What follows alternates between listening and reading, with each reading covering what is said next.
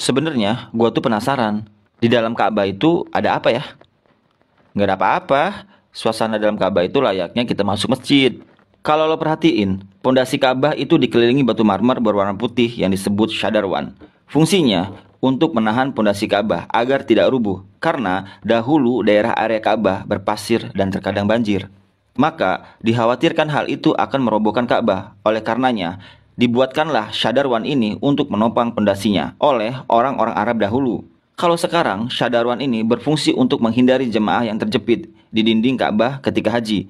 Nah, di dekat pintu Ka'bah, masih di area Shadarwan, kita akan melihat sebuah tanda 8 buah batu merah. Ini disebut juga dengan area Mijan, merupakan lokasi di mana Nabi Ibrahim alaihissalam dan Nabi Ismail alaihissalam mengadon tanah liat untuk membangun Ka'bah. Begitu pula, ini merupakan lokasi favorit Rasulullah SAW, serta tempat di mana Jibril mengajarkan sholat kepada Nabi Muhammad SAW. Oh gitu. Oh iya, kalau kain yang menyelimuti Ka'bah itu apa ya? Kain yang menyelimuti Ka'bah itu namanya kiswah. Dan orang yang pertama kali menyelimuti Ka'bah pertama kali dengan kiswah merupakan seorang raja dari Yarhimi yang bernama Tuba Abu Kab. Dahulu, orang-orang Arab menggantung syair-syair terbaik mereka di dinding Ka'bah sebagai bentuk kebanggaan peradaban mereka dalam bidang sastra. Gue juga pernah dengar bahwa kain kiswah itu awalnya bukan berwarna hitam tapi berwarna putih bergaris merah. Emang iya? Bener banget. Kain kiswah itu tidak selalu hitam. Jadi, kain kiswah pada awalnya berwarna putih bergaris merah dari Yaman, lalu menjadi putih, merah, kuning, hijau, dan yang terakhir hitam hingga sekarang. Tulisan kaligrafi ditulis dengan benang emas, bertuliskan ayat-ayat Al-Quran. Kiswah juga memiliki dalaman berwarna putih yang disebut bithana kiswah untuk meresap panas dari dinding Ka'bah. Biasanya, kain kiswah diganti pada 9 Zulhijjah dan bekasnya dipotong-potong untuk dihadiahkan kepada orang-orang tertentu. Wah, beruntung banget ya dapat hadiah potongan kiswah. Oh iya, katanya dulu isi Ka'bah pernah kemalingan. Itu dulu ketika pintu Ka'bah masih sejajar dengan lantai. Pintu Ka'bah sendiri berjarak 2 meter dari lantai. Pada awalnya, pintunya sejajar dengan lantai. Namun, karena terjadi perampokan isi Ka'bah, kemudian orang-orang Quraisy berinisiatif untuk meninggikannya. Dari pintu Ka'bah kita lihat di sebelah kiri pojok Ka'bah tersimpan Hajar Aswad di dalam sebuah cangkang berwarna perak. Nah, dalam perjalanan sejarahnya, pintu Ka'bah telah berubah-ubah, baik bentuk sendi maupun bahan bakunya. Pintu yang ada sekarang merupakan hadiah dari Raja Khalid bin Abdul Aziz, Raja Saudi, yang dibuat ketika masa pemerintahannya dan dilapisi emas murni 99 karat seberat 280 kg dengan total biaya kalau dirupiahkan sekitar 40 miliar waktu itu, dan itu uang atau dana dari tabungan Raja Khalid sendiri.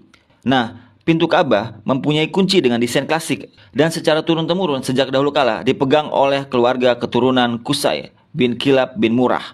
Dan pintu Ka'bah hanya dibuka 2 kali dalam setahun. Pertama, ketika awal bulan Sya'ban, dan kedua, pada awal bulan Zulhijjah untuk dibersihkan. Dan untuk masuk ke dalam Ka'bah diperlukan tangga portable. Dalam Ka'bah sendiri tidak memiliki lampu, sehingga ketika memasuki Ka'bah akan diterangi dengan penerangan dari luar. Dan ketika kita masuk ke dalam Ka'bah, maka kita akan melihat jika lantai dan dinding Ka'bah dihiasi batu marmer yang dominan putih, marmer hijau menghiasi lantai dengan bentuk persegi yang dihiasi marmer coklat di sampingnya.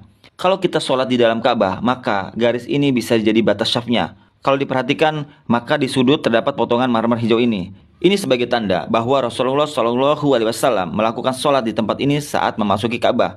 Begitu juga di bagian pojok dan dindingnya dihiasi 1, 2, 3 marmer hijau. Terlihat juga ada beberapa saluran udara yang didesain sedemikian rupa.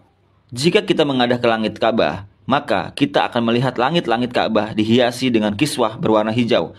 Jika diperhatikan, maka terdapat tulisan Ya Mannan, yang artinya Maha Pemberi. Kemudian di bawahnya, sebelah kanan, bertuliskan Ya Dal Jalali, yang artinya yang memiliki keagungan. Lalu di sampingnya bertuliskan Wal Ikromi, yang artinya yang memiliki kemuliaan.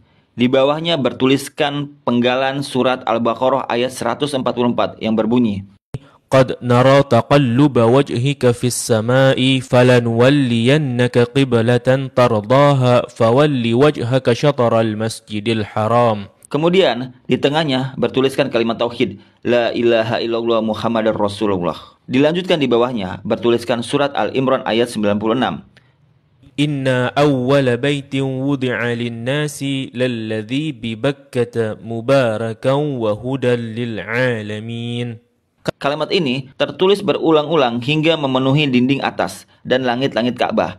Di bagian atas terlihat juga langit-langit Ka'bah ada 3 penyangga yang kemudian ditopang oleh 3 tiang dari kayu dengan diameter 44 cm dengan jarak antar tiang sekitar 2 meter. Tiang ini dihiasi dengan 6 hiasan cincin terbuat dari emas. Bagian bawah pondasi tiang berbentuk kotak yang besarnya dapat diduduki oleh orang dewasa. Dan orang yang pertama kali memasang tiang di dalam Ka'bah adalah Abdullah bin Zubair saat pertama kali memugar Ka'bah selepas wafatnya Rasulullah SAW. Di bagian atas tergantung harta karun berupa kendi-kendi atau lentera kuno yang terbuat dari emas dan perak, merupakan hadiah pemimpin negeri-negeri Muslim pada masa lalu. Kenapa kendi-kendi atau lentera-lentera itu masih digantung sampai sekarang? Karena itu merupakan tradisi yang sudah ada sejak masa silam.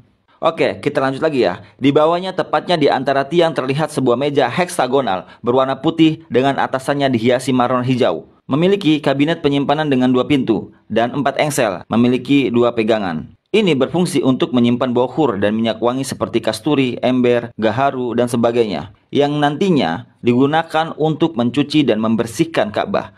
Dan ini merupakan wadah untuk menaruh wewangian. 2 sisi dinding Ka'bah terdapat 1, 2, 3, 4, 5, 6, 7, 8, 9, 10 plakat yang tertempel di dinding Ka'bah dengan warna yang berbeda yang terbuat dari batu alam. Salah satu yang mencolok adalah plakat yang tepat berada di depan area Rasulullah SAW sholat. Plakat ini berisi kaligrafi dengan style Gothic murabah yang tertulis La ilaha illallah Muhammadar Rasulullah. Selain itu juga terdapat plakat lain berisi maklumat mengenai renovasi Ka'bah oleh Raja Khalid bin Abdul Aziz. Sepertinya plakat lain juga berupa maklumat renovasi Ka'bah oleh pemimpin muslim sebelumnya. Di sampingnya terdapat sebuah pintu yang disebut pintu At-Taubah yang sepenuhnya dihiasi dengan emas murni. Di belakang pintu ini ada sebuah tangga yang mengakses ke atas Ka'bah. Dari atas dapat dilihat jika ada pengait untuk mengikat kain kiswah. Dan bahkan kita juga bisa sholat di atas Ka'bah. Jika Ka'bah tidak diselimuti kiswah, maka penampakannya seperti ini. Nah, kiswah Ka'bah akan diganti setahun sekali dan harganya mencapai 50 miliar dengan berat 650 kg. Kiswah juga berfungsi untuk menghindari dinding Ka'bah dari keretakan akibat panas matahari. Nah, itulah gambaran dari Ka'bah dan apa-apa saja yang ada di dalam Ka'bah. Wah, makasih banget ya, informasinya daging semua. Jadi, gua nggak penasaran lagi deh sekarang.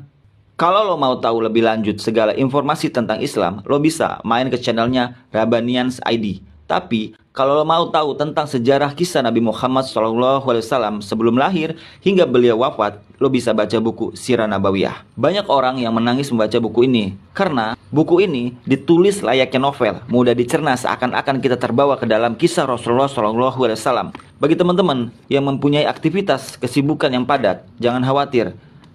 Di buku cetakan terbaru terdapat barcode audio. Jadi, teman-teman bisa mendengarkan kisah Nabi Muhammad SAW sambil beraktivitas.